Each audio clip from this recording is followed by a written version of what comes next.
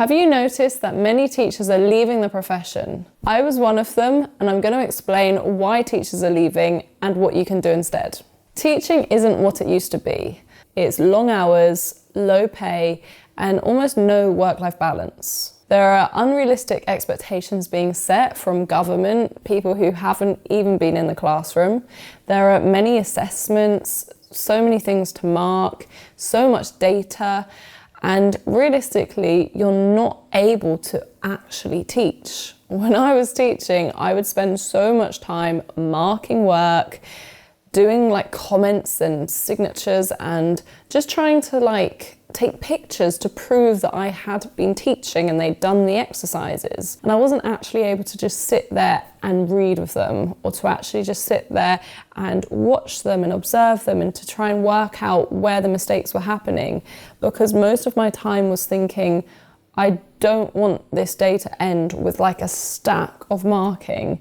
And I knew I'd fall behind, and then there'd just be a lot of pressure from above, thinking I needed to get all these books marked, I needed to get my planning done, when the actual part of the job I loved the most was sitting down with the children and literally just teaching, working, helping them.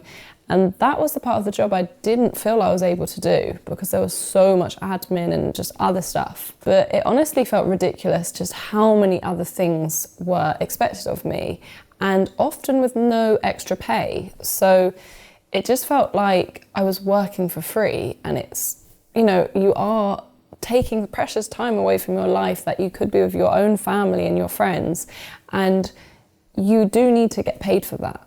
And it is ridiculous how little teachers get paid, and often you're not getting paid enough to just cover your very basic living expenses. When I was teaching in London, I was having to tutor just to afford a very basic standard of living, and I was house sharing at the time, so it just didn't make sense. And for me to now be living in a house, to have a family, I don't know how I would possibly be able to do that on a teacher salary. As a teacher, I think you'll know that we don't necessarily go into teaching for money, but you do need to make enough money to feel valued and to feel that you're taking time away from your friends, your family, especially when you have children. You need to feel that you're getting some kind of gain from teaching. So as a teacher, you're probably feeling this as well, and you will eventually probably burn out. I felt like I was on the verge of a breakdown when I left, and luckily for me, COVID actually came, which for me personally was just such a relief, because it meant that everything stopped and I could really reflect and think about what I wanted to do. So I do really feel for teachers who are still in the workspace and they can't really have that time. But the one thing that's really good is you have the summer holidays, the Easter holidays. So you do luckily get time to really sit back and reflect, is this what you want to do? Because most of my friends and teachers that I still speak to, they're all really burnt out, and they've literally told me they're on the verge of a breakdown, or they just don't think they can do it anymore. And every year I hear them say the same thing: I'm going to hand in my notice, I'm going to, do supply, and then they don't do it, because it's really hard to leave, because, you just put so much into it and you do kind of love it, but it also just doesn't pay well enough, and you often have other things that you need to do outside of work, like have a family and a life. So it is a really tough decision to make. So now I'm going to tell you step by step how I left my full-time job as a teacher after 2 years of teaching in the classroom, well, about 1.5 years because of COVID, and how I went from tutoring to ultimately having my own tuition business. So now we're a team of about 15 tutors, and it's just a really rewarding and fulfilling job that I love. And now I've got the time that I can tell people about my journey and how I did it, because I'd love to help more teachers to do the same. So the very first step I took, which was when I was still in the classroom working as a full-time teacher. I know lots of teachers say they don't have the time, but I guess to share how I did it was I would try my hardest to get all of my work done as a teacher in the mornings before I went into school, in my lunch breaks. So I did have to put in a lot of extra work, and I'd also make sure I tried to do live marking And in any little window of opportunity I had, I would be marking the books ready so that after school I could spend more time tutoring to build up my clients so that eventually I could leave teaching. And I was quite fortunate that during COVID, I was able to build up a lot of clients. But I think a really good place to start for teachers who are currently teaching would be to build up your clients during the school holidays, so that then when it is time to leave, you've already got lots of contacts, lots of connections, so that you can go full time. And also, I remember I did hand in my notice, and I still didn't know 100%, I wasn't like 100% sure if I'd be earning enough, but something you can always fall back on is some supply work. And many of our tutors at the moment who I engage with for our tuition company, they do supply work and then they build up their clients slowly on the side, and this provides them with more, this provides them with a good income. And also you can do weekend mornings, you can do Sunday evenings, have worked quite well as a tutor for me. You can do after school hours, work really well. And if you do hand in your notice, then don't forget that you'll also have the summer holidays where you can build up so many clients. And I remember when I left, I very, very quickly found clients, and I would go to their house, I would do 4 hours back to back, because there are so many families that have siblings, and if one of them needs tutoring, often the parents want them to all have tutoring as well. So there are so many opportunities, and this was my first step of how I did it. But moving on to the second step was when I realised the demand for online tutoring. And online tutoring has its advantages because you don't have to have breaks between each session, because I could only increase my income so much through in person because I had to obviously travel from one house to the other. So I then realised that it was actually way more profitable to do it online because I could book in back-to-back sessions. I also now schedule them so that they're 45 to 50 minutes per class, to just allow a little 10-minute break, because sometimes you do need just a glass of water to go to the toilet. So through tutoring, I've realised how to make it effective for both my students and clients, and also for myself as a tutor, which is important to really truly live a life that you enjoy.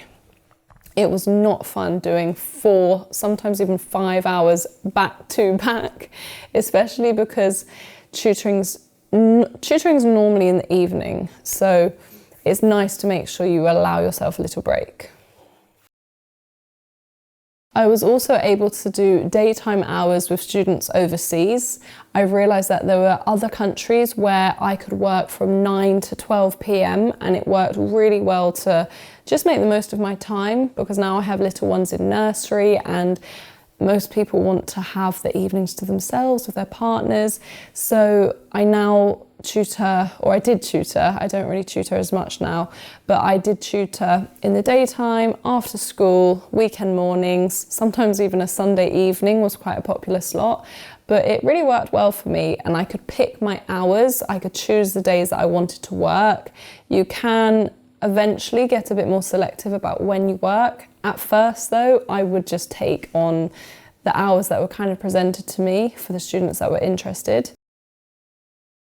So that brings me on to the last sort of step in my career so far, which is where I did group classes, where I'd have 6 students, because that's another really good thing online, is that you can scale the class size.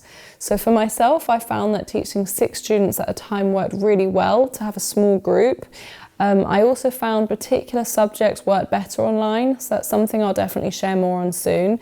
But something you're passionate in, something that you really love to teach, if you niche down, you can then do a group class and lots of students can sign up. It's just a really good way to increase your revenue or increase your income. And then you can, again, pick your own hours, you can pick the topics that you want to teach, and you're your own boss. So for me, leaving the classroom, one of the best things was that I could just focus on teaching, seeing the students make phenomenal progress. I've had students be like 4 years old reading chapter books, and when they first started with me, they had English as a second language. But just having students sometimes once a week, maybe twice a week, the progress they can make when you've got one-on-one time with them is honestly like mind-blowing. Like, I could not believe the progress that I've seen some of these students make. And it really is a rewarding job, because I now am in a position where I'm managing a tuition company and I don't actually need to tutor, but I love it so much that I still tutor, just because I feel a bit lost without tutoring, because it is a real passion of mine and I love teaching students. I love seeing their progress, and ultimately that is what I always wanted to do. But now I'm really excited to share this with other teachers so that they can do the same, because I'm constantly telling my friends and people that I still know in the classroom that they can do this. There is so much demand, and for me, instead of having loads of tutors working with me, I'd prefer for them to do it for themselves, so that they can really do exactly what they want with their passion. If they're an art teacher, a maths teacher, a science teacher, like my passion is phonics and like early writing skills, but there are so many different tutors, and I think what makes a tutor really good is that they're passionate about it and they really know their stuff. And I think many teachers who have left, they might be doing other things, but tutoring is the one thing that's so nice because it still is at the root of what we love as teachers. And I think I'm right in saying that if you go into teaching, you just have this love for connecting with children, helping them grow, and it's a shame to throw that away. So I just want you to remember that sometimes starting small can really lead to like a much bigger thing. And when you're your own boss and you're doing what you're truly passionate about, then honestly, the world is your oyster. So you just kind of need to get started, which is the hardest step. So that's why I really want to provide more valuable tools, support, and guidance on how you can do this. And it might seem scary, but that's why I've created a guide that I'm going to link down below in the description. You just need to enter your email address and I'll send it straight to your inbox. And this guide is going to tell you a little bit more about what we've discussed in this video and how you can simply get started and start tutoring and building up your clients to eventually leave the classroom. So that's the end of today's video, and if you do have any questions, feel free to just drop a comment down below and I'll do my best to get back to you. Bye!